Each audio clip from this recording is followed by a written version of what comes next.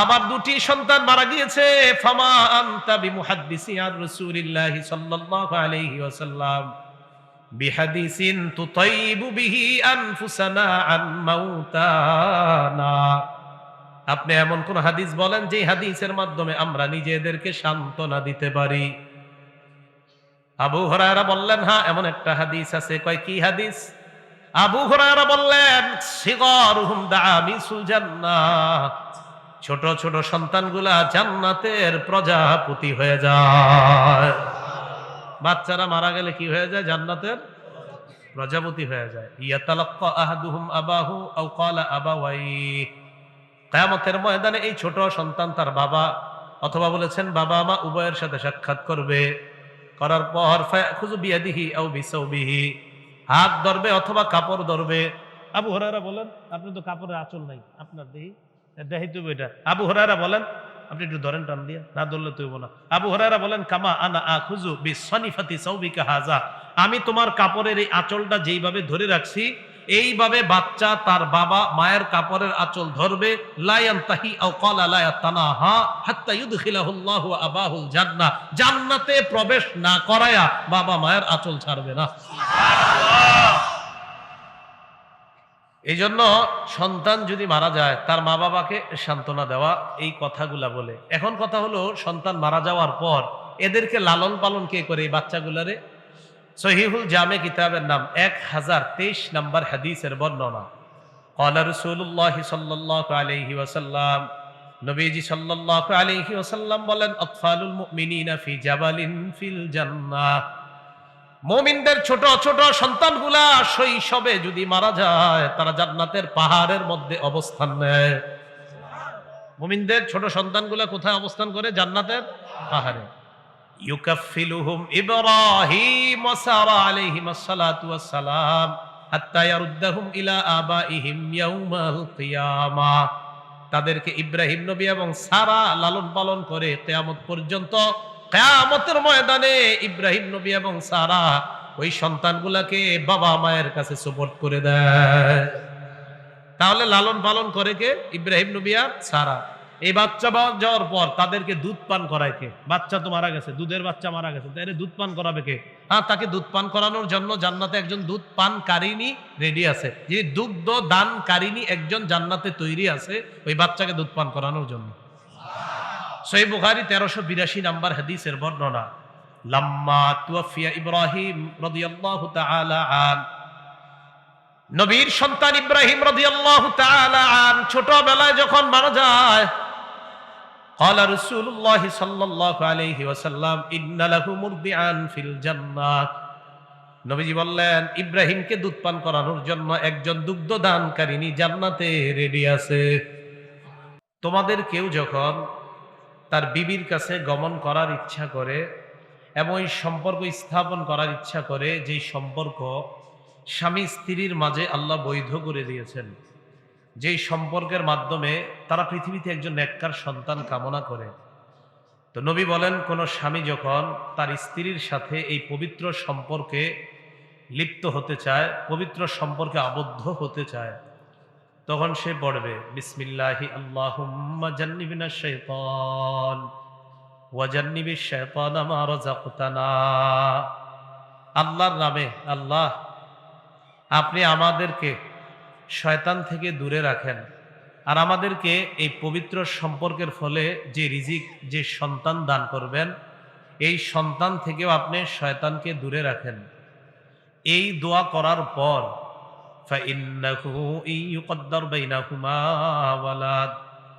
তাদের দুজনের ভাগ্যে যদি আল্লাহ সন্তান লিপিবদ্ধ করে দেন, লাম ইয়াদুররুহু শাইতানুন আবাদা, এই সন্তানকে শয়তান কখনো ক্ষতি করতে পারবে না। সন্তান দুনিয়াতে আসার সময় শয়তান খোঁচা দেয়। ক্বালা রাসূলুল্লাহ সাল্লাল্লাহু আলাইহি ওয়াসাল্লাম, মা মিন বানি আদম মাউলুদুন ইল্লা ইয়ামাসসুহু শাইতান হিনা ইউলাদ ফায়াস্তাহিল্লু সারিফান মিন মাসসিশ শাইতান। রাসূলুল্লাহ সাল্লাল্লাহু আলাইহি ওয়াসাল্লাম বলেন, কোন সন্তান জন্মগ্রহণ করার সময় শয়তান তাকে স্পর্শ করে, শয়তানের স্পর্শ করার কারণে ওই সন্তানটা চিৎকার মারে। গায়রু মারইয়াম ওয়া ইবনুহা আলাইহিমাস সালাতু ওয়াস সালাম। মারইয়াম এবং তার সন্তান ঈসা আলাইহিমাস সালাতু ওয়াস সালাম, তাদের দুইজনকে শয়তান স্পর্শ করতে পারেনি। আল্লাহ কুদরতি ভাবে এই মারইয়াম এবং ঈসা নবীকে আল্লাহ শয়তানের স্পর্শ থেকে হেফাজত করেছেন। এখন সন্তান দুনিয়াতে আসবে, আপনার বিবি গর্ভবতী। এই গর্ভবতী বিবি যখন সন্তান প্রসব করার সময় হবে, আসন্ন প্রসবা, যে কোনো সময় সন্তান হয়ে যেতে পারে, প্রসব বেদনা যদি শুরু হয়, সেক্ষেত্রে কি করা? ইমাম ইবনুল কাইয়িম রহমতুল্লাহ আলাই আল ওয়াবিলুস সাইয়্যিব মিনাল কালিমিত তাইয়্যিব কিতাবে লেখেন, রাসূলুল্লাহ সাল্লাল্লাহু আলাইহি ওয়াসাল্লাম তার কন্যা ফাতেমা রাদিয়াল্লাহু তাআলা আনহার যখন প্রসব বেদনা শুরু হয়, ফাতেমা রাদিয়াল্লাহু তাআলা আনহার কাছে নবীজি তার দুই বিবিকে পাঠিয়ে দিলেন। একজন উম্মে সালামা, আরেকজন জয়নব বিনতে জাহাশ রাদিয়াল্লাহু তাআলা আনহুমা। রাসূলুল্লাহ সাল্লাল্লাহু আলাইহি সাল্লাম তাদেরকে বললেন, তোমরা ফাতেমার কাছে যাওয়ার পর 1 নাম্বার আয়াতুল কুরসি পড়বা, 2 নাম্বার সূরা আরাফের 54 নাম্বার আয়াত পড়বা। বলেন তো কোন সূরার কত নাম্বার আয়াত? আর প্রথমে কি পড়বে? প্রথমে আয়াতুল কুরসি, এরপর সূরা আরাফের 54 নাম্বার আয়াত।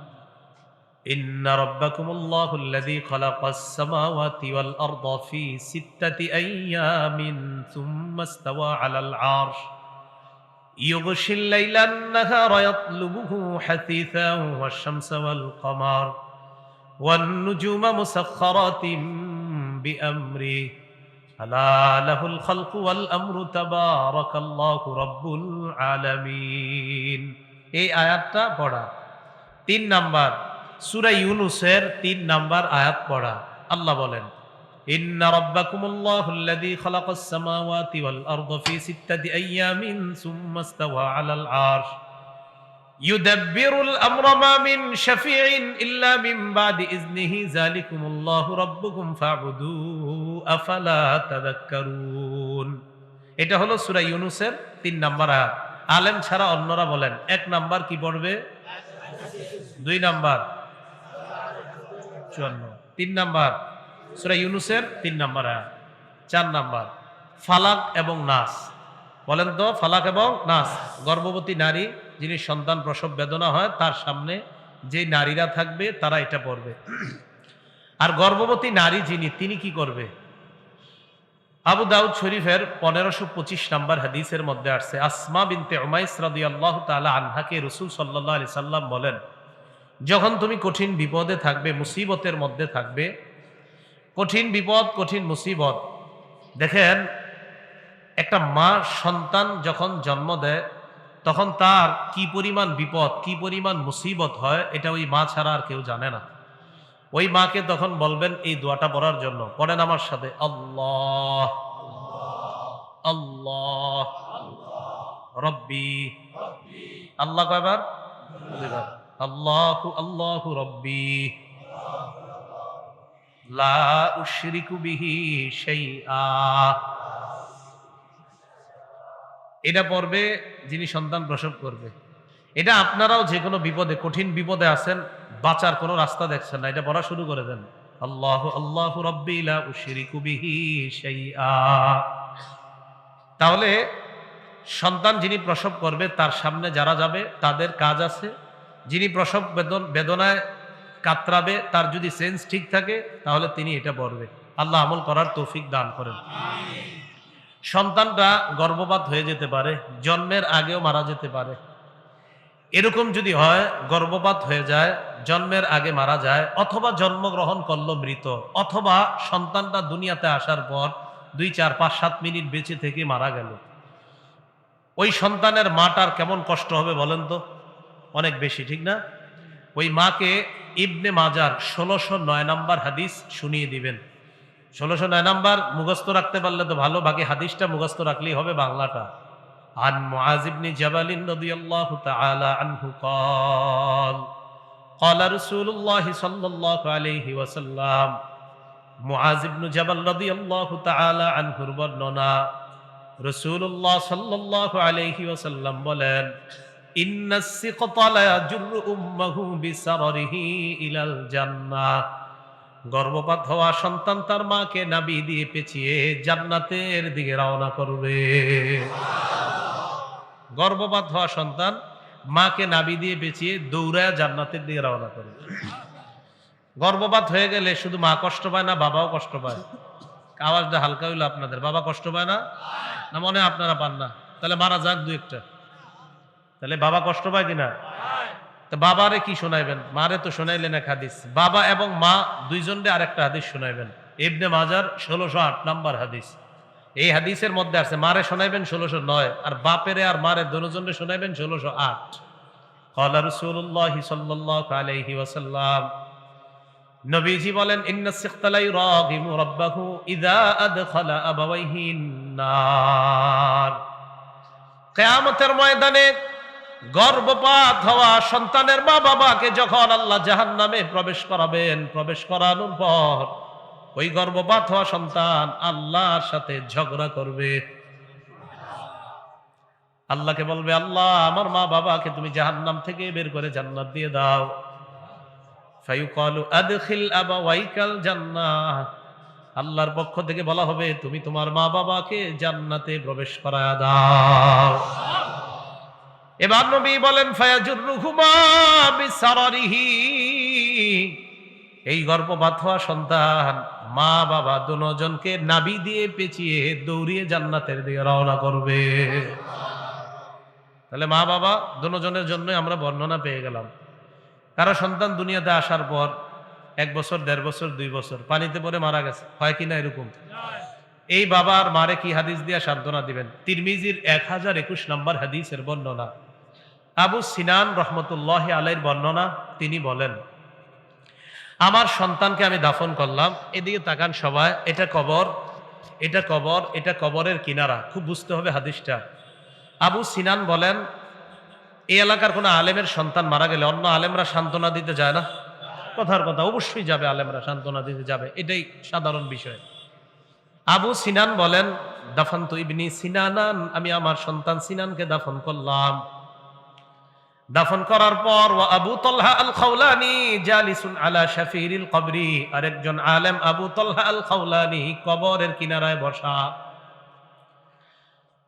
সন্তান কবর দেওয়ার পর ফালাম্মা আরাদতুল খুরুজ, আমি যখন কবর থেকে বের হওয়ার ইচ্ছা করলাম, আখাযা বিয়াদি, আবু তালহা আমার হাতের মধ্যে ধরলেন। আরেক আলেম আমার হাতে ধরছে। ধরার পর আমাকে বললেন, আফালা উবাশশিরুকা ইয়া আবা সিনান, আবু সিনান আমি কি তোমাকে সুসংবাদ দিব না? আবু সিনান জবাব দিলেন, কুলতু বালা, হ্যাঁ আপনি আমাকে সুসংবাদ দেন। আবু তালহা আল খাওলানি বলেন, হাদ্দাসানি আদ-দাহহাক ইবনে আব্দুর রহমান ইবনে আরজাবিন আন আবি মুসা আল-আশআরী রাদিয়াল্লাহু তাআলা আনহু قال قال رسول الله صلى الله عليه وسلم। আবু মুসা আশআরীর বর্ণনা, আল্লাহ নবী বলেন, ইযা মাতা ওয়ালাদুল আবদি, কোন বান্দার সন্তান যখন মারা যায়, ক্বালাল্লাহু লিমালাইকাতিহি, আল্লাহ ফেরেশতাদেরকে বলেন, ক্বাবাতুম ওয়ালাদা আবদি, আমার বান্দার সন্তানটা তোমরা ছিনিয়ে আনলা। ফেরেশতারা জবাব দেয়, নাম, হ্যাঁ মাবুদ, আপনার বান্দার সন্তানটা ছিনিয়ে আনলাম। এরপর আল্লাহ বলেন, ক্বাবাতুম সামারাতা ফুআদিহি, আমার বান্দার কলিজার টুকরাটা ছিনিয়ে আনলা। ফেরেশতারা জবাব দেয়, নাম, হ্যাঁ মাবুদ, আপনার বান্দার কলিজার টুকরাটা ছিনিয়ে আনলাম। আল্লাহ বলে, মাযা ইয়াকুলু আবদি, আমার বান্দার সন্তান তোমরা নিয়ে আসলা, আমার বান্দা কি বলে আমি একটু শুনতে চাই। আল্লাহ তো সব জানে। এরপরে এটা কেন? এটার একটা কারণ আছে, কারণটা শেষে বুঝবেন। ফেরেশতারা বলে, আল্লাহ তার সন্তান মারা যাওয়ার পর হামিদাকা ওয়াস্তারজা, আপনার বান্দা আপনার প্রশংসা করেছে আর পড়েছে ইন্না লিল্লাহি ওয়া ইন্না ইলাইহি রাজিউন। প্রথমে প্রশংসা করছে, সমস্ত প্রশংসা আল্লাহ। এরপর পড়ছে ইন্না লিল্লাহি ওয়া ইন্না ইলাইহি রাজিউন, এটা পড়ছে। আল্লাহ বলেন, ইবনু লি আবদি বাইতান ফিল জান্নাহ, আমার বান্দার জন্য জান্নাতে একটা ঘর বানায় দাও। ওয়াসাম্মুহু বাইতুল হামদি, ঘরের নাম বাইতুল হামদ রেখে দাও। একটা ঘর বানাও জান্নাতে, ঘরের নাম রাখো বাইতুল হাম। একটা ঘর বানাও, ঘরের নাম রাখো কি? বাইতুল হাম। এখার আলেম ছাড়া অন্যরা বলেন তো, কোন বান্দার সন্তান যখন মারা যায় আল্লাহ তার জন্য জান্নাতে একটা ঘর বানায়। ওলামা কেরাম জানে বিষয়টা, আপনারা বলেন তো ঘরটার নাম কি? বাইতুল হাম। তো যার সন্তান মারা যায় তাকে আরেকটা সান্ত্বনা দিবেন যখন তাকে দেখতে যাবেন। মুসলিম শরীফের 2635 নম্বর হাদিসের বর্ণনা, আবু হাসান রহমতুল্লাহি আলাই তাবি, তিনি বলেন, ইন্নাহু কদ মাতালি ইবনান, আমার দুটি ছেলে মারা গেছে। ফাকুলতু লিআবি হুরায়রা রাদিয়াল্লাহু তাআলা আন, আবু হুরায়রা রাদিয়াল্লাহু তাআলা আনহুকে আমি বললাম, আমার দুটি সন্তান মারা গিয়েছে। ফামা আনতা বিমুহাদ্দিসি আর রাসূলিল্লাহি সাল্লাল্লাহু আলাইহি ওয়াসাল্লাম বিহাদিসিন তুতাইবু বিহি আনফুসানা আন মাউতানা, আপনি এমন কোন হাদিস বলেন যে হাদিসের মাধ্যমে আমরা নিজেদেরকে সান্ত্বনা দিতে পারি। আবু হুরায়রা বললেন, হ্যাঁ এমন একটা হাদিস আছে। কয় কি হাদিস? আবু হুরায়রা বললেন, সিগারুহুম দামিসুল জান্নাহ, ছোট ছোট সন্তানগুলা জান্নাতের প্রজাপতি হয়ে যায়। বাচ্চারা মারা গেলে কি হয়ে যায়? জান্নাতের প্রজাপতি হয়ে যায়। ইয়াতালাক্কা আহাদুহুম আবাহু আও ক্বালা আবাওয়াইহি, কিয়ামতের ময়দানে এই ছোট সন্তান তার বাবা অথবা বলেছেন বাবা মা উভয়ের সাথে সাক্ষাৎ করবে। করার পর ফায়াখুযু বিয়াদিহি আও বিসাওবিহি, হাত ধরবে অথবা কাপড় ধরবে। আবু হুরায়রা বলেন, আপনি তো কাপড়ের আঁচল নাই আপনার দেহি, দেহি তো এটা। আবু হুরায়রা বলেন, আপনি একটু ধরেন টান দিয়ে, না ধরলে তুই না। আবু হুরায়রা বলেন, কামা আনা আখুযু বিসনিফাতি সাওবিকা হাযা, আমি তোমার কাপড়ের এই আঁচলটা যেইভাবে ধরে রাখছি এইভাবে বাচ্চা তার বাবা মায়ের কাপড়ের আঁচল ধরবে। লা ইয়ানতাহি আও ক্বালা লা ইয়াতানাহা হাত্তা ইউদখিলাহুল্লাহু আবাহুল জান্নাহ, জান্নাতে প্রবেশ না করায়া বাবা মায়ের আঁচল ছাড়বে না। এই জন্য সন্তান যদি মারা যায় তার মা বাবাকে সান্ত্বনা দেওয়া, এই কথাগুলা বলে। এখন কথা হলো, সন্তান মারা যাওয়ার পর এদেরকে লালন পালন কে করে? এই বাচ্চাগুলারে। সহিহুল জামে কিতাবের নাম 1023 নম্বর হাদিসের বর্ণনা, ক্বালা রাসূলুল্লাহ সাল্লাল্লাহু আলাইহি ওয়াসাল্লাম, নবীজি সাল্লাল্লাহু আলাইহি ওয়াসাল্লাম বলেন, আতফালুল মুমিনিনা ফি জাবালিন ফিল জান্নাহ, মুমিনদের ছোট ছোট সন্তানগুলা শৈশবে যদি মারা যায় তারা জান্নাতের পাহাড়ের মধ্যে অবস্থান নেয়। মুমিনদের ছোট সন্তানগুলা কোথায় অবস্থান করে? জান্নাতের পাহাড়ে। ইউকাফিলুহুম ইব্রাহিম ওয়া সারা আলাইহিমাস সালাতু ওয়াস সালাম হাত্তা ইয়ারুদ্দাহুম ইলা আবাইহিম ইয়াউমাল কিয়ামাহ, তাদেরকে ইব্রাহিম নবী এবং সারা লালন পালন করে কিয়ামত পর্যন্ত। কিয়ামতের ময়দানে ইব্রাহিম নবী এবং সারা ওই সন্তানগুলাকে বাবা মায়ের কাছে সুপর্দ করে দেয়। তাহলে লালন পালন করে কে? ইব্রাহিম নবী আর সারা। এই বাচ্চা যাওয়ার পর তাদেরকে দুধ পান করায় কে? বাচ্চা তো মারা গেছে, দুধের বাচ্চা মারা গেছে, তাই দুধ পান করাবে কে? হ্যাঁ, তাকে দুধ পান করানোর জন্য জান্নাতে একজন দুধ পানকারিনী রেডি আছে। যে দুগ্ধ দানকারিনী একজন জান্নাতে তৈরি আছে ওই বাচ্চাকে দুধ পান করানোর জন্য। সহিহ বুখারী 1382 নম্বর হাদিসের বর্ণনা, লাম্মা তুওয়াফিয়া ইব্রাহিম রাদিয়াল্লাহু তাআলা আন, নবীর সন্তান ইব্রাহিম রাদিয়াল্লাহু তাআলা আন ছোটবেলায় যখন মারা যায়, ক্বালা রাসূলুল্লাহ সাল্লাল্লাহু আলাইহি ওয়াসাল্লাম, ইন্না লাহু মুরদিআন ফিল জান্নাহ, নবীজি বললেন ইব্রাহিমকে দুধ পান করানোর জন্য একজন দুগ্ধদানকারিনী জান্নাতে রেডি আছে। তাহলে বাচ্চাকে দুধ পান করানোর জন্য তৈরি আছে। এখন কথা, বাচ্চা যদি বড় হয়, বাচ্চা যদি বেঁচে যায়, তাহলে কি করণীয়? 1 নাম্বার করণীয়, বাচ্চার কানে আজান দেওয়া। বলেন কি করা? আজান দেওয়া। আবু দাউদ শরীফের 5105 নম্বর হাদিসের বর্ণনা, উবাইদুল্লাহ ইবনে আবি রাফি' থেকে বর্ণনা, তিনি বলেন, আমার আব্বা বলেছেন, রাআইতু রাসূলুল্লাহ সাল্লাল্লাহু আলাইহি ওয়াসাল্লাম আযানা ফি উযুনিল হাসান ইবনে আলী ইবনে আবি তালিব রাদিয়াল্লাহু তাআলা আন হিনা ওয়ালাদাতহু ফাতিমা বিস-সালাহ। ফাতিমা রাদিয়াল্লাহু তাআলা আনহা যেদিন তার সন্তান হাসানকে জন্ম দেয়, আমি দেখলাম নামাজের যেমন আজান হয়, আল্লাহ নবীকে দেখলাম হাসানের কানের মধ্যে অবিকল নামাজের মতো আজান দেয়। তাহলে 1 নাম্বার আজান দেওয়া। বলেন কি করা? আজান দেওয়া। 2 নাম্বার তাহনিক করানো। কি করানো? তাহনিক। তাহনিক বলা হয়। জন্মের পর কোনো আল্লাহওয়ালার কাছে নিয়ে যাবেন, একটা খেজুর আনবেন, খেজুর নিয়ে যাবেন, উনি খেজুর চাবাবে, খেজুর চাবানো থুতুটা বাচ্চার মুখের মধ্যে দিবে, চাবানো খেজুরের সামান্য অংশ বাচ্চার মুখের ভিতরে তালুর উপরের অংশে লাগিয়ে দিবে। সহিহ বুখারীর বর্ণনা, ৩,৯০৯ নম্বর হাদিসের বর্ণনা। আসমা বিনতে আবি বকর রাদিয়াল্লাহু তাআলা আনহুমার বর্ণনা, তিনি বলেন আন্নাহা হামালাত বিআব্দুল্লাহ ইবনে জুবাইর রাদিয়াল্লাহু তাআলা আন, আসমা রাদিয়াল্লাহু তাআলা আনহা আব্দুল্লাহ ইবনে জুবাইরকে পেটে নিলেন। পেটে নেওয়ার পর তিনি বলেন খরাজতু ওয়া আনা মুতিম্মুন, আমি মদিনায় হিজরত করতে রওনা করলাম এমন অবস্থায় আমি আসন্ন প্রসবা। আসন্ন প্রসবা বলা হয় যে কোনো সময় সন্তান হয়ে যেতে পারে। আমি মদিনায় রওনা করার পর আতাইতুল মাদিনা, আমি মদিনায় পৌঁছলাম। ফানাজালতু বিকুবা, কুবা নামক জায়গায় অবতরণ করলাম। ফাওয়ালাদতুহু, সেখানে আমি আমার সন্তানকে জন্ম দিলাম। ফাতাইতু বিহি রাসূলুল্লাহি সাল্লাল্লাহু আলাইহি ওয়াসাল্লাম, আমি আমার সন্তানটাকে নিয়ে আল্লাহ নবীর কাছে আসলাম। ওয়াদাতুহু ফি হাজরিহি, আল্লাহ নবীর কোলের মধ্যে রাখলাম। দা বিতামরা, আল্লাহ নবী খেজুর আনলেন, আনার পর ফামাদাগাহা, খেজুরটা নবী চাবাইলেন। সুম্মা তাফালা ফিহি, আব্দুল্লাহ ইবনে জুবাইরের মুখের মধ্যে আল্লাহ নবী থুতু মুবারক লাগায় দিলেন।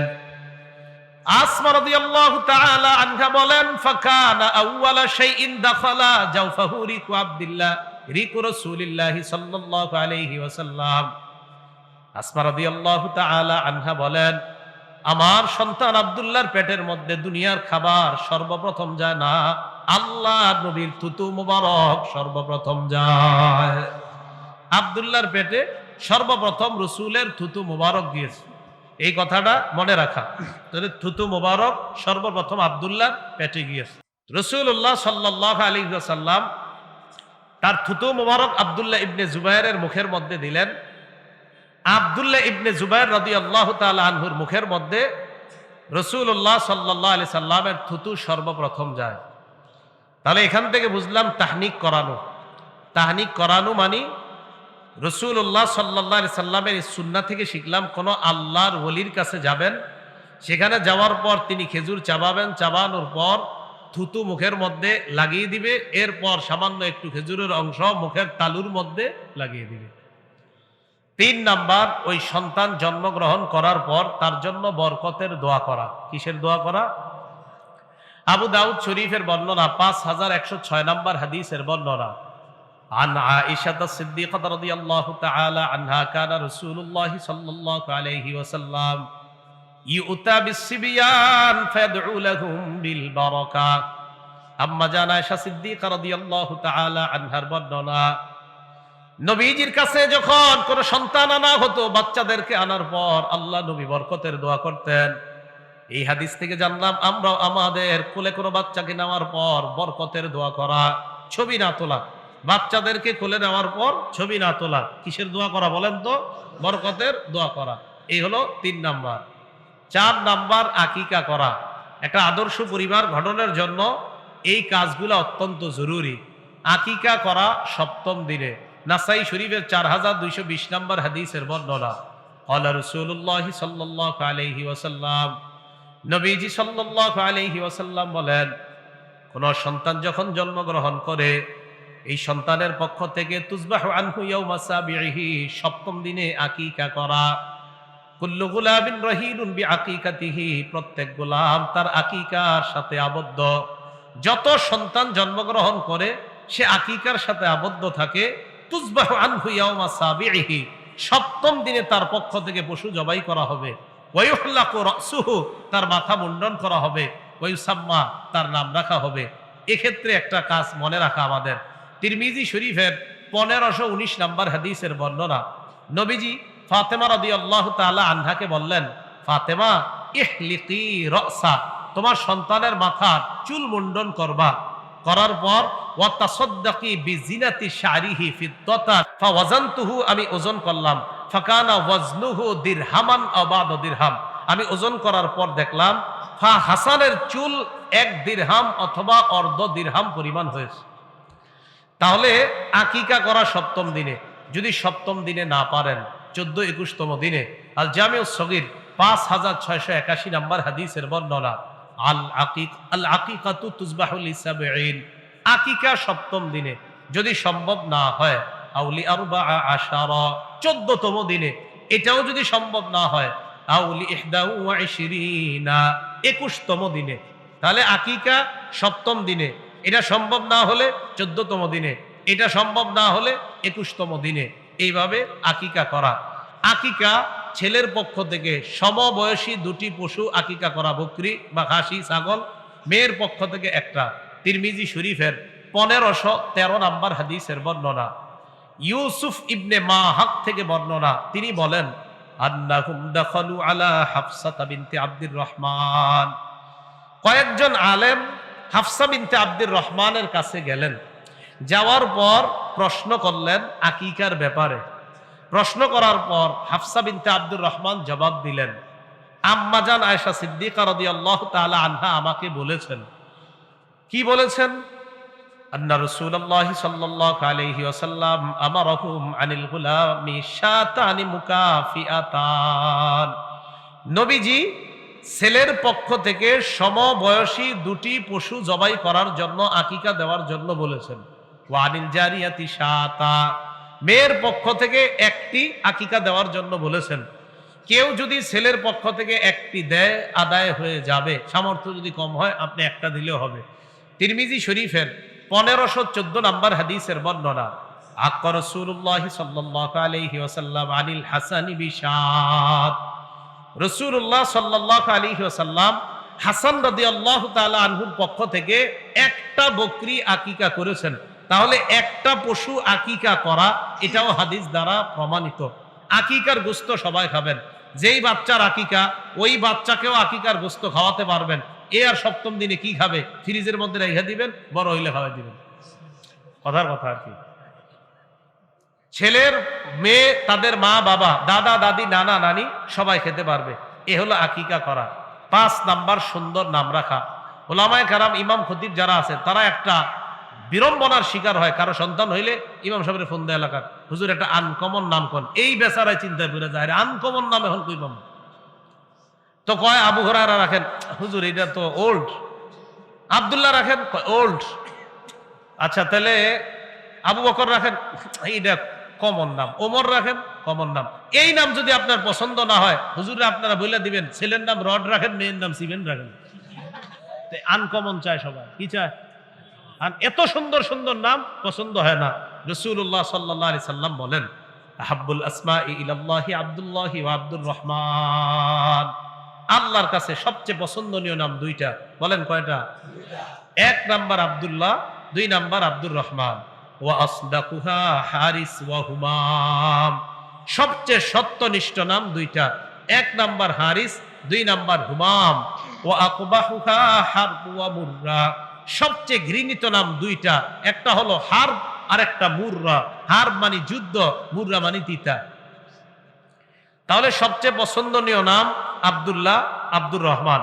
সবচেয়ে সত্যনিষ্ঠ নাম হারিস, হুমাম। সবচেয়ে নিকৃষ্ট ঘৃণিত নাম একটা হলো হারব আর একটা হলো মুররা। হারব যুদ্ধ, মুররা তিতা ইত্যাদি। যা হোক, তো রাসূলুল্লাহ সাল্লাল্লাহু আলাইহি সাল্লাম বলে দিলেন যে নাম রাখা সুন্দর নাম। আব্দুল্লাহ ইবনে আব্বাস রাদিয়াল্লাহু তাআলা আনহুমার বর্ণনা, আল বাইহাকি শুআবুল ঈমান 11 নম্বর খণ্ড 133 নম্বর পৃষ্ঠা। আব্দুল্লাহ ইবনে আব্বাস রাদিয়াল্লাহু তাআলা আনহুমা বলেন, ক্বাদ আলিমনা হাক্কাল ওয়ালিদি ইয়া রাসূলুল্লাহ ফামা হাক্কুল ওয়ালাদ। ইয়া রাসূলুল্লাহ, পিতা মাতার হক আমাদের জানা আছে, সন্তানের হক আমাদের জানা নাই, মেহেরবানি করে আমাদেরকে জানায়া দেন। হুজুর পিতা মাতার হক জানি, সন্তানের হকটা কি, পিতা মাতার কাছে কি পায় একটু জানান। নবীজি বললেন, আইয়ুহসিনা ইসমা, সন্তানের সুন্দর একটা নাম রাখা। এটা সন্তান বাবার কাছে পাও না। কিছু নাম আছে এগুলা রাখা নিষেধ করছেন। ক্বালা রাসূলুল্লাহ সাল্লাল্লাহু আলাইহি ওয়াসাল্লাম, লা তুসাম্মিয়ান্না গুলামাকা ইয়াসারা ওয়ালা রাবাহা ওয়ালা নাজাহান ওয়ালা আফলাহা। নবীজি বলেন, তুমি তোমার সন্তানের নাম ইয়াসার রাখো না, তোমার সন্তানের নাম নাজাহ রাখো না, তোমার সন্তানের নাম রবাহ রাখো না, তোমার সন্তানের নাম আফলাহ রাখো না। এই নামগুলা তুমি রাখো না সন্তানের। তাহলে ভালো নাম রাখা, সুন্দর নাম রাখা, এটা সন্তানের 5 নাম্বার অধিকার। 6 নাম্বার অধিকার, নবুবী তরবিয়ত শিক্ষা দেওয়া। বলেন কি তরবিয়ত? সবাই বলেন কি তরবিয়ত? নববী তরবিয়ত শিক্ষা দেওয়া। শৈশব থেকে নববী তরবিয়তে যখন সন্তানকে আপনি বড় করবেন, তখন এই সন্তান আপনাকে বৃদ্ধাশ্রমে রেখে আসবে না। যদি নববী তরবিয়তে এই সন্তানটাকে আপনি বড় করেন। নববী তরবিয়তের মধ্যে শ্রেষ্ঠ তরবিয়ত, আমার সাথে জোরে সোরে বলবেন, বলেন নামাজ। কি তরবিয়ত? আবু দাউদ শরীফের 495 নাম্বার হাদিসের বর্ণনা, ক্বালা রাসূলুল্লাহ সাল্লাল্লাহু আলাইহি ওয়াসাল্লাম মুরু আওলাদাকুম বিস-সালাত ওয়া হুম আবনাউ 7 সিনিন।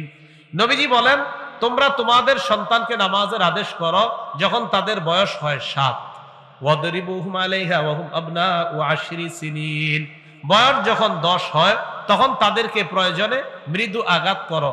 এক্ষেত্রে একটা কথা মনে রাখা, বাচ্চাকে অথবা মাদ্রাসার কোনো সন্তানকে এত জোরে আঘাত না করা যে আঘাতের কারণে এই সন্তানের এমন কোনো ক্ষতি হয়ে যায়, অঙ্গের কোনো ক্ষতি হয়, এই জাতীয় আঘাত না করা। সেটা মা বাবা হই আর কোনো মাদ্রাসা হই, যেখানে এমন কোনো আঘাত না করা। রসুলের কাছে 2টা বালক আনা হলো। এক বালককে রসুল হযরত আলীর কাছে দিলেন, দেওয়ার পর বললেন, আলী লা তাদরিবুহু, এই বাচ্চাটাকে তুমি প্রহার করবা না। ফাইন্নী নুহিতু আন দরবি আহলিস সালাহ, আমাকে নিষেধ করা হয়েছে আমি যেন নামাজীদেরকে না মারি। কি না মারি? আমি যেন নামাজীদেরকে না মারি। ওয়া ইন্নী রাআইতুহু ইউসাল্লি মুনযু আকবালনা, আমি এই এলাকায় আসার পরে দেখছি এই ছেলেটা নামাজ পড়ে। আলী তুমি তাকে মারবা না। তাহলে যে নামাজ পড়ে, যার অভ্যাস আছে, ছোট্ট মানুষ নামাজ পড়ে, হযরত আলীকে রাসূল বললেন তাকে তুমি প্রহার করবা না। নামাজ না পড়লে মৃদু আঘাত করা এটা দোষণীয় না, আঘাত করা যেতে পারে, তবে সেটা যেন অসহনীয় পর্যায়ে না যায়। কথা কি বুঝে আসছে? তাহলে 6 নাম্বার, নববী তরবিয়ত শিক্ষা দেওয়া, শ্রেষ্ঠ শিক্ষা নামাজ। ওয়াফাররিকু বাইনাহুম ফিল মাদাজি', 10 বছর বয়সে ছেলে এবং মেয়েকে এক বিছানায় তো রাখার প্রশ্নই আসে না। কয় বছর বয়সে? 10 বছর বয়সে বিছানা আলাদা করেন। প্রথম কথা, ভাই বোনের বিছানা 10 বছর বয়সে টোটাল বিছানা আলাদা হবে। আর যদি ভাই ভাই হয় আর বোন বোন হয়, সেক্ষেত্রে সম্ভব হলে বিছানা আলাদা, মানে 2 বোনকে 2 বিছানা সম্ভব হলে। সম্ভব না হলে 2 বোন যদি এক বিছানায় থাকে, 2 ভাই যদি এক বিছানায় থাকে, ল্যাপ কাঁথা কম্বল আলাদা দেওয়া, মাঝে কোলবালিশ দেওয়া। ভাই ভাই এক বিছানায়, মানে সামর্থ্য কম, সেক্ষেত্রে আপনি কাঁথা কম্বল আলাদা দেওয়া। বয়স যখন 10 হয়।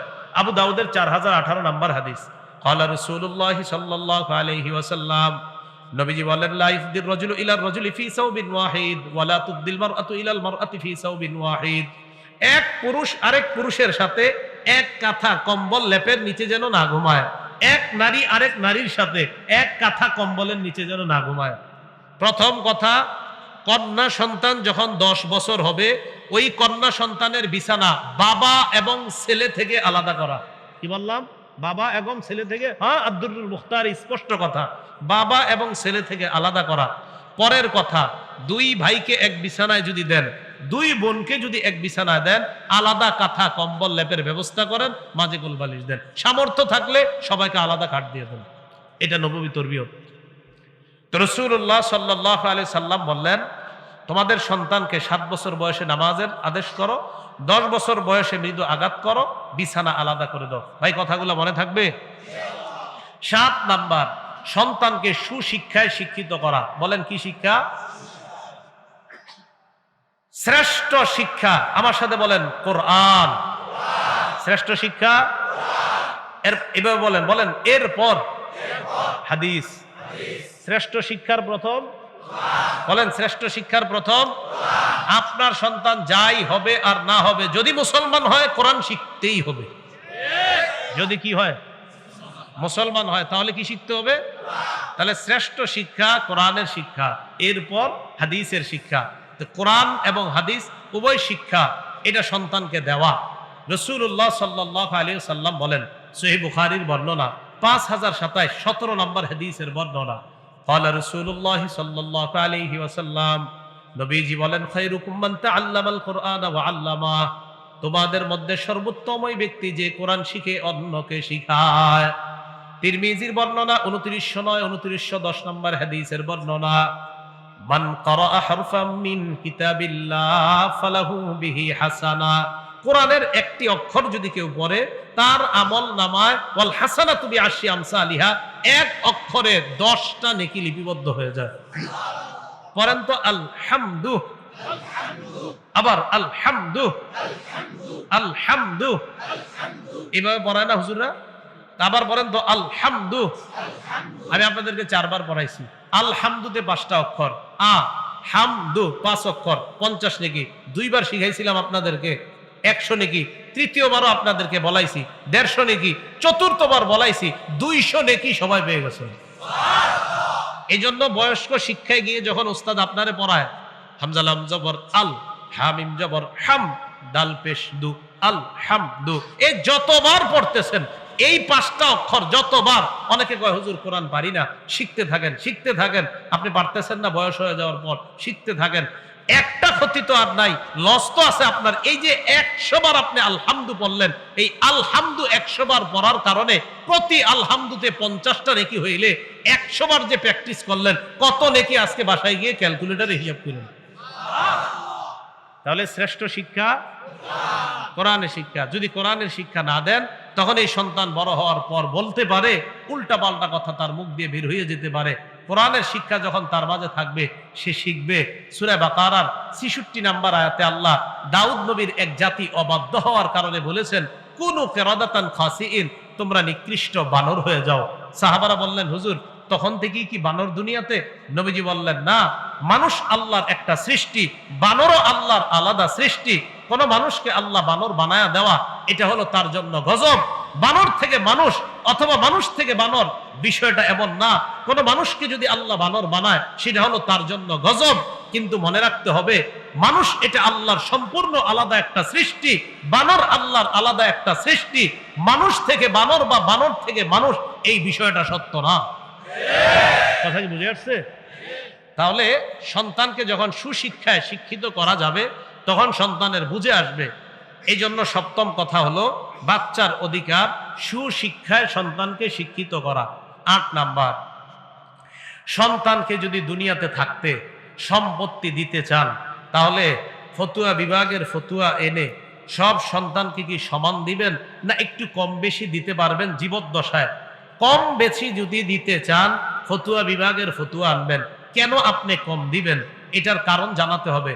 জীবদ্দশায় সম্পদ দেওয়ার মূল নিয়ম হলো সমানভাবে সবাইকে দেওয়া। যদি জীবদ্দশায় দিতে চান, 4 দোকান 4 সন্তান, বাস 4 দোকান 4 সন্তানকে দিয়ে দেওয়া, এটা হলো সমান বন্টন। হ্যাঁ, কোন সন্তানকে আপনি 2টা দিয়ে দিবেন, কথার কথা। কেন দিবেন? এটা একটা ফতুয়া বিভাগ থেকে ফতুয়া আনবেন যে হুজুর এই কারণে। কথার কথা, আপনার 2 ছেলে, বড় ছেলে খুব ভালো, ছোটটা খুব গাঞ্জা খায়।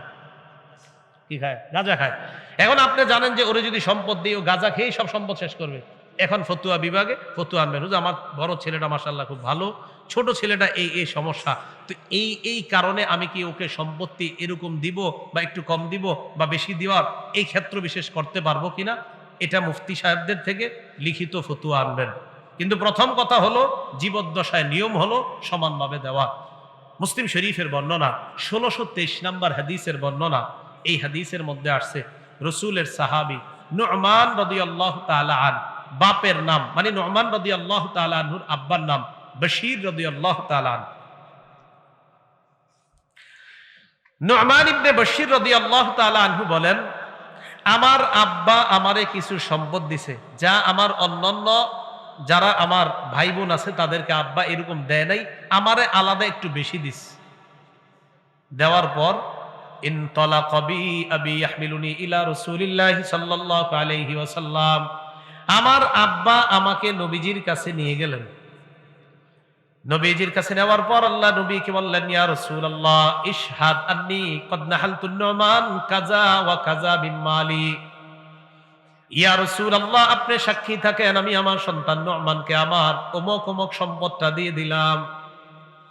নবীজি বলেন, তুমি যে নু'মানকে ওই সম্পদটা দিলা, আকুল্লা বানিকা ক্বাদ নাহালতা মিসলা মা নাহালতা নু'মান, তোমার অন্যান্য সন্তানদেরকে নু'মানের মতো দিয়েছো কিনা? ফাজিনা। নবী বললেন, ফাশহাদ আলা হাযা গায়রি, তাহলে আমারে ছাড়া অন্য কাউরে সাক্ষী বানাও। হুজুর আপনি সাক্ষী থাকেন, আমি নোমানকে ওই সম্পদটা দিছি, আপনি সাক্ষী থাকেন। নবীজি বললেন সব সন্তানদেরকে সমান দিছো? কয় না। তা আমি ছাড়া অন্য কাউরে সাক্ষী বানাও। নবীজি বললেন আয়া সুররুকা ইয়াকুনু ইলাইকা ফিল বিররি সাওয়া, তোমার কি এটা আনন্দ দেয় যে সম্পত্তি বন্টন করার ক্ষেত্রে তোমাকে কি এই বিষয়টা আনন্দিত করে যে তোমার সব সন্তান তোমার প্রতি সমানভাবে ভালো আচরণ করুক? এটা কি তুমি চাও? জি আমি চাই। তাহলে যদি এই আচরণ সবার কাছ থেকে চাও তো সম্পদ কেন কম দিবা? সবার কাছ থেকে যদি সমানভাবে আচরণ চাও তাহলে সম্পদ কেন তুমি কম দিবা? বাকি আবারও বলছি, কম দেওয়া যাবে কিনা এটা লিখিত ফতোয়া লাগবে, কারণ জানাবেন এই কারণ। জীবদ্দশায় মূল নিয়ম হলো সমানভাবে সম্পদ দেওয়া। এগুলো 8 নাম্বার কথা। 9 নাম্বার, সন্তান যদি বিয়ের বয়স হয় তাকে বিয়ে করায়া দেওয়া। বিয়ের বয়স হলে কি করায়া দেওয়া? বিয়ে করায়া দেওয়া। বাইহাকি শুআবুল ঈমান 11 নাম্বার খণ্ড 137 নাম্বার পৃষ্ঠা। আব্দুল্লাহ ইবনে আব্বাস রাদিয়াল্লাহু তাআলা আনহুমার বর্ণনা, নবীজি বলেন কোন সন্তান যখন বালেগ হয় ফাল্যুযাওবিজহু, তার বাবা যেন তাকে বিয়ে করায় দেয়। ওয়া ইন বালাগা ওয়া লাম ইউযাওবিজ, বালেগ হওয়ার পর যদি বাবা বিয়ে না করায় ফাইন্নামা ইসমুহু আলা আবি, তাহলে ওই সন্তানের গুনাহ বাবার উপর যাবে। কোন সন্তান বালেগ হইছে, বালেগ হওয়ার পর যদি গুনাহ করে বাবা বিয়ে না করায়, তাহলে এই সন্তানের গুনাহের অংশ বাবার কাঁধেও যাবে। এখন কথা, হুজুর আমার তো সামর্থ্য কম, সন্তানটা আমি বিয়ে একটু পরে করাই। কিন্তু সন্তান যদি গুনাহ করে সামর্থ্য কমের কারণে, ও তো গুনাহ করতেছে। কেন গুনাহ করে? আপনি যে ওর একটা মোবাইল কিনে দিয়েছেন 25-30 হাজার 35 হাজার টাকা দিয়ে, এটা গুনাহ করে তো সে 20 হাজার টাকা দিয়ে তো বিয়ে করায় ফেলতে পারতেন, সেখানে 35 হাজার টাকা দেবেন মোবাইল দিয়েছেন। 35 খরচ করলে তো সুন্দর একদম ভালো ঘরের মেয়ে একটু আনতে পারতেন। তা আপনি এত দামি একটা মোবাইল দিয়ে না দিয়ে আপনার বিয়ে করাইতেন। এখন কথা হলো হুজুর আমার সামর্থ্য কম, আমি বিয়ে করাবো না। তাহলে রোজা রাখান। কি রাখান? রোজা রাখান। বলেন আমার সাথে, হয়তো বিয়ে, বলেন, নয়তো রোজা। গুনাহ করা যাবে না।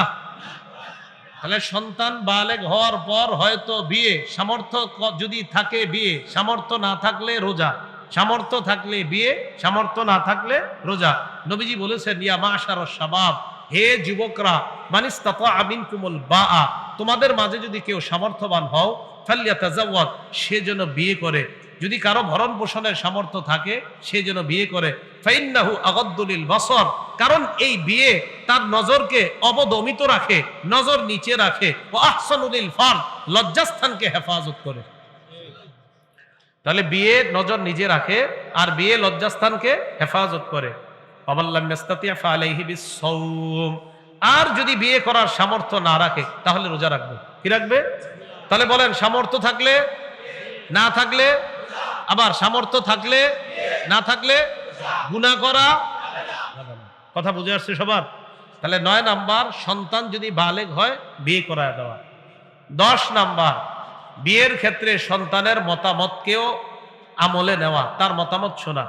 আপনি একটা মেয়ের দেখার জন্য পাঠাইছেন আপনার বিবিরে আর মেয়েরে, আপনার মেয়ের আর কি, ছেলের বিবি দেখবে আপনার বিবি আর আপনার মেয়ে। আপনি তো দেখা যায় যে নেই ছেলে বিয়ে করানোর আগে। ছেলে বিয়ে করানোর আগে শ্বশুরের জন্য পুত্র বধূকে, আবার বলছি, শ্বশুরের জন্য বালেগা হুব পুত্র বধূকে বিয়ের আগে দেখা জায়েজ নাই। কি বললাম? শ্বশুরের জন্য বালেগা হুব পুত্র বধূ বললাম, বালেগা, না বালেগা হইতে পারে বিবি, এজন্য বললাম বালেগা। বালেগা মেয়ের যদি আপনার ছেলের বিবি আনবেন, বিবি বানিয়ে আনবেন, কিন্তু আপনার ছেলে এখনো বিয়ে করে নাই, বিয়ের আগে এই মেয়েকে দেখা আপনি শ্বশুরের জন্য জায়েজ নাই। কেন? বিয়ে কি আপনি করবেন? তো আপনি কি লেগে দেখবেন? তাহলে বিয়ের আগে না, এটা যেই কোনোভাবে, এভাবে সেভাবে কোনোভাবে জায়েজ নাই। কোনোভাবে কি নাই? জায়েজ নাই। একটু ছবিটা এরকম না, কোনোভাবেই জায়েজ নাই। কি আশ্চর্যের কথা! বিয়ের আগে মেয়ের তার দুলাভাই 14 গোষ্ঠী খালু টালু যা আছে সব দেখে। বিয়ে কি এই ছেলে যারা আছেন, আপনি আপনার দুলাভাইরও দেখান মেয়ের ছবি, আপনার খালুরে দেখান, আপনার মামারে দেখান। কেন? আপনার খালু মামা এদের কাছে বিয়ে দিবেন? তো বিয়ের আগে কেন দেখান এদেরকে? বিয়ে তো আপনি করবেন। লজ্জা শরম থাকা উচিত। আপনার বউ মানুষকে দেখায় বেড়াচ্ছেন। রাসূলুল্লাহ সাল্লাল্লাহু আলাইহি সাল্লাম হাদিস দ্বারা স্পষ্ট প্রমাণিত যে বিয়ের আগে ছেলে মেয়ে তাদের মতামত এটাকে গুরুত্ব দেওয়া। নবীজির যুগে এক ঘটনা ঘটে গেছে। এক মেয়েরে তার আব্বা চাচাতো ভাইয়ের সাথে জোর করে বিয়ে দিয়ে দিছে। মুসনাদে আহমদ 6 নম্বর খণ্ড 316 নম্বর পৃষ্ঠায় বর্ণনা আসছে। এক মেয়ে আম্মাজান আয়েশা সিদ্দিকার কাছে আসছে। আসার পর আম্মাজান আয়েশা সিদ্দিকাকে বললেন, আম্মাজান, ইন্না আবি জাওয়াজানি মিন ইবনি আখি ওয়া আনা কারিহা। আম্মাজান, আমার আব্বা আমার অমতে আমাকে জোর করে চাচাতো ভাইয়ের সাথে বিয়ে দিয়ে দিছে। এই জাতীয় ঘটনা এই যুগে ঘটে কিনা? আম্মাজান আয়েশা সিদ্দিকা বললেন, ইজলিসি হাত্তা ইয়াতিয়া রাসূলুল্লাহ, বসো, নবীজি আসুক, নবীজির কাছে মাসালা জিজ্ঞাসা করব, এরপর তুমি মাসালা জানবা। তো নবীজি সাল্লাল্লাহু আলাইহি সাল্লাম আসছে। আসার পর আম্মাজান বললেন, হুজুর, এই মেয়েটাকে তার আব্বা অনুমতি ছাড়া, মেয়েটার অমতে, মেয়েটার অপছন্দনীয় থাকা সত্ত্বেও তার চাচাতো ভাইয়ের সাথে জোর করে বিয়ে দিয়ে দিছে। নবীজি বললেন, তার বাপেরে ডাকো। ডাকছে। আনার পর নবীজি ওই মেয়েটাকে বললেন, তুমি কি এই বিয়েতে থাকবা নাকি বিয়ে ভেঙে দিব?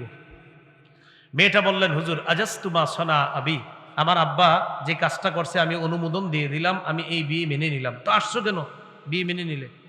মেয়েটা বললেন, হুজুর, বিয়ের ক্ষেত্রে যে একটা মেয়ে তার মত ব্যক্ত করার অধিকার রাখে, এই অধিকারটা কিয়ামত পর্যন্ত প্রতিষ্ঠিত যেন হয়ে যায়, এই আইনটা চালু করার জন্য আমি আপনার কাছে আসছি। রাসূলুল্লাহ সাল্লাল্লাহু আলাইহি সাল্লাম বাস মেয়েরও যে একটা মত থাকতে পারে সেদিন থেকে নবীজি জানিয়ে দিলেন যে একটা মেয়ে, তাকেও বিয়ের ক্ষেত্রে জিজ্ঞাসা করতে হবে। কথাগুলো কি মনে থাকবে?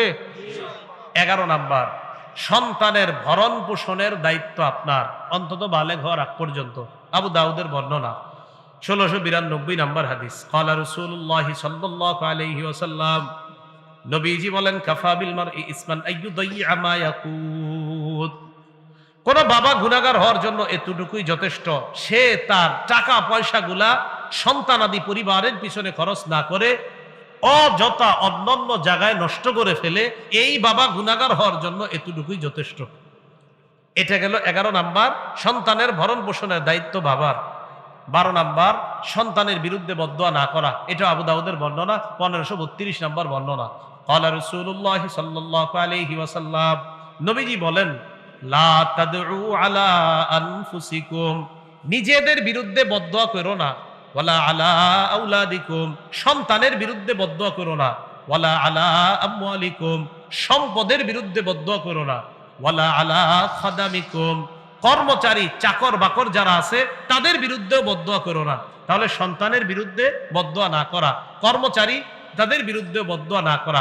বিশেষ করে মা যারা আছেন, মারা অনেক সময় আপনি কথায় কথায় আর কি, যদিও আপনি সন্তানকে অনেক ভালোবাসেন, এরপরে অনেক সময় অভিশাপ দিয়ে ফেলেন, গাড়ির তলে পড়ে মরতে পারোস না, কথার কথা।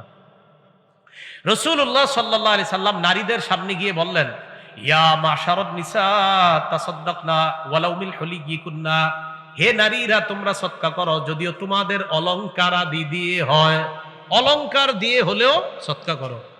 ফাইন্নী উরিতুকুন্না আকসার আহলিন নার, আমি দেখলাম তোমরা বেশিরভাগ জাহান্নামী, বেশিরভাগ জাহান্নামী। অন্য বর্ণনায় নবী কি বলে দেখেন, আমাকে জান্নাত দেখানো হলো, জাহান্নাম দেখানো হলো। আমি দেখলাম জান্নাতের মধ্যে ইন্না আকাল্লা সাকিনিল জান্নাহ আন নিসা, আমি দেখলাম জান্নাতে অধিবাসীদের মধ্যে সবচেয়ে কম সংখ্যক নারীরা। জান্নাতের অধিবাসীর মধ্যে কম সংখ্যক, আর জাহান্নামে বেশি সংখ্যক। এতে আমার আপনার আনন্দিত হওয়ার কিছু নাই। আমার মা হবে, আমার বোন হবে, আমার বিবি হবে, আমার আত্মীয়র কোনো মেয়েই তো হবে। তো নবীজি বললেন, আমি দেখলাম বেশিরভাগ তোমরা জাহান্নামী, জান্নাতে অধিবাসীদের মধ্যে কম দেখলাম তোমাদেরকে। এক নারী বললেন, হুজুর, এটা কেন আমাদেরকে বেশি দেখলেন জাহান্নামে? নবীজি বলেন, তুকসিন্নাল লাইনা ওয়া তাকফুন্নাল আশির, তোমরা বেশি বেশি অভিশাপ দাও আর তোমরা স্বামীর অবাধ্য হও, নাফরমানি করো। তোমরা বেশি বেশি অভিশাপ দাও আর তোমরা স্বামীর নাফরমানি করো, এই কারণে তোমরা বেশি বেশি সদকা করো, আর এই অপরাধ দুইটার কারণে তোমরা বেশিরভাগ জাহান্নামী হবে। তো কি বুঝলাম? সন্তানের বিরুদ্ধে বদদোয়া না করা, সম্পদের বিরুদ্ধে বদদোয়া না করা, নিজের বিরুদ্ধে বদদোয়া না করা, চাকর বাকর যারা আছে তাদের বিরুদ্ধেও বদদোয়া না করা। 1 নাম্বার, জন্মের পর আজান দেওয়া। 2 নাম্বার, তাহনিক করানো। তাহনিকটা ওলামারা ছাড়া অন্যরা বলতে পারবেন? জি, তো 2-3 জন কইছেন। তাহনিক কারে কয়? আলেম ছাড়া অন্যরা বলতে পারবেন? কারে কয়? মুখে কি দিবে? থুতু দেওয়ার পর খেজুরের একটু অংশ মুখের ভিতর তালুর উপর লাগায় দিবে। এই 2 নাম্বার। 3 নাম্বার বরকতের দোয়া করা। 4 নাম্বার আকিকা করা। 5 নাম্বার সুন্দর নাম রাখা। 6 নাম্বার নবুবী তরবিয়ত শিক্ষা দেওয়া। 7 নাম্বার সুশিক্ষায় শিক্ষিত করা। 8 নাম্বার জীবদ্দশায় সম্পদ দিলে সমানভাবে সম্পদ বন্টন করা। কম বেশি দেওয়ার নিয়ত থাকলে ওলামাদের কাছ থেকে ফতুয়া জেনে নেওয়া। 9 নাম্বার বিয়ের বয়স হলে বিয়ে করানো। 10 নাম্বার ছেলে মেয়ের কথা কেউ বিয়ের ক্ষেত্রে গুরুত্ব দেওয়া। 11 নাম্বার সন্তানের ভরণ পোষণের দায়িত্ব নেওয়া। 12 নাম্বার সন্তানের বিরুদ্ধে বদদুয়া না করা। আল্লাহ পাক রব্বুল আলামিন আমাদের সকলকে যে কথাগুলো শুনলাম বললাম একটা আদর্শ পরিবার যেন সকলের আমরা গঠন করতে পারি। আল্লাহ প্রত্যেকের পরিবারকে যেন আদর্শ পরিবার হিসাবে গঠন করার তৌফিক দান করেন। আমিন ওয়া আখিরু দাওয়ানা আনিল হামদুলিল্লাহ।